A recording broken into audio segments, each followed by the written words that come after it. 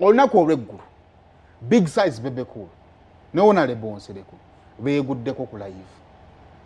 Live ne big size yadde yagitegese n'omukulu oyo barista wadde alina byavaayo ng'ayogerako mabega kaawo kati nga Bebe abiwakanya nagamba wayi tukolemu ka live tuwanyisiganye tulabe obutuufu bwo n'obukyamu bwo nange olabe obutuufu bwange n'obukyamu bwange Honorable yajidde n'abagamba nedda sogo okubimu ku byabadde mu live omwo senseless. Linda Kokatono, fine, Bebe Cool. Bebe, who is the member? Bebe, let's go slow. Who is the member of parliament of Kampala? Kibuzo mwana wao kuba manyaso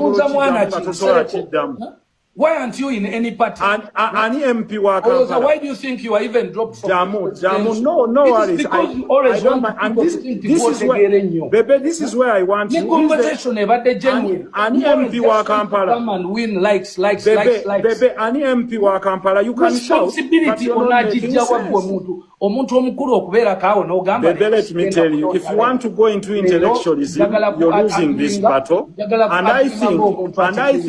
And I think you as a person go by you've saying, lost the battle because this is not true. How long does a person don't tell me about any brand. Patriotism is the most important thing for No. any country. I think you end up twisting a conversation. Bebe, you're just ranting. You're just ranting. Gone wrong. I think you're just ranting. You're not being logical. No, stop it. Mommy, come on the internet. You have no right to tell anyone to stop anything. Talking is on your page, you can take that. But this is not your page. Question when it comes to you. We have a lot. This is not your page. Is it your page? Is it your page? Is it your page? You run into pregnant silence because you cannot out-reason someone based on facts and sense.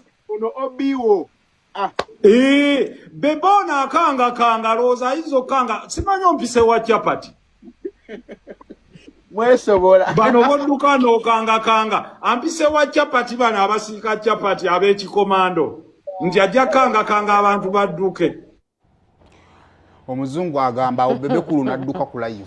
Najimula yagambye wayi ka emirembe jange. Kakati obuzibu buvaawo atulaba.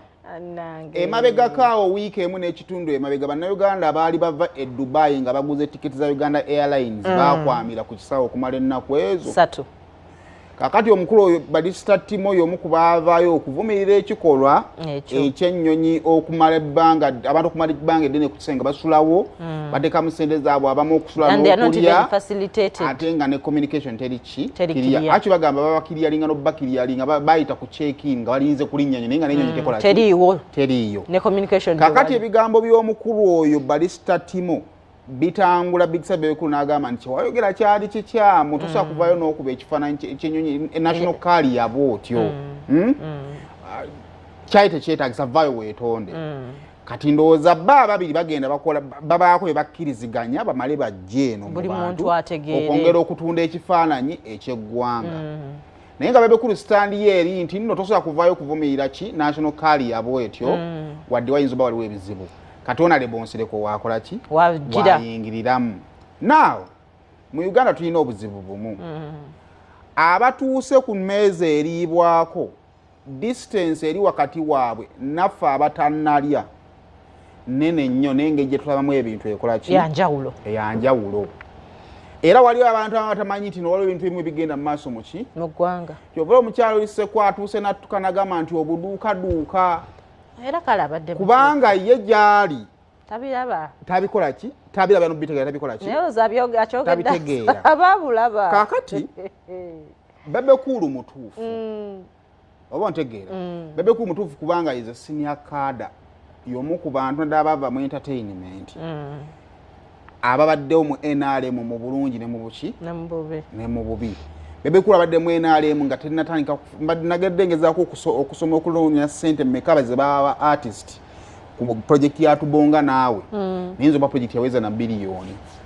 oba ontegeera paka kati NRM ng'esobola okulirizinga biliyoni 32 ng'eziwa bayimbi baki bokka kakati nga kaada abaddewo okulwana okulaba nga NRM ebeerawo teyandyagadde kulaba muntu yenna otyoboola eggwanga nga okola ekigezaako kutyoboola ki eggwanga naye challenge eriwo nti Bebe Cool wasinziira okulaba ebyo abangi tetubirabira eno wansi oba kitegeera tubirabira mu level ya Munnayuganda abadde asonda obusente okumala omwezi mulamba okugenda ewaka n'asasula ennyonyi n'etatuuka mu budde n'atarefundingibwa n'atafiibwako n'etacommunicatinga okategedde bulungi ekyokubiri patriotism kyeki okwagala eggwanga kitegeeza kulaba nsobi n'otajoogerako oba oyinza owumbawumba engeri gy'oyinza ogyogerako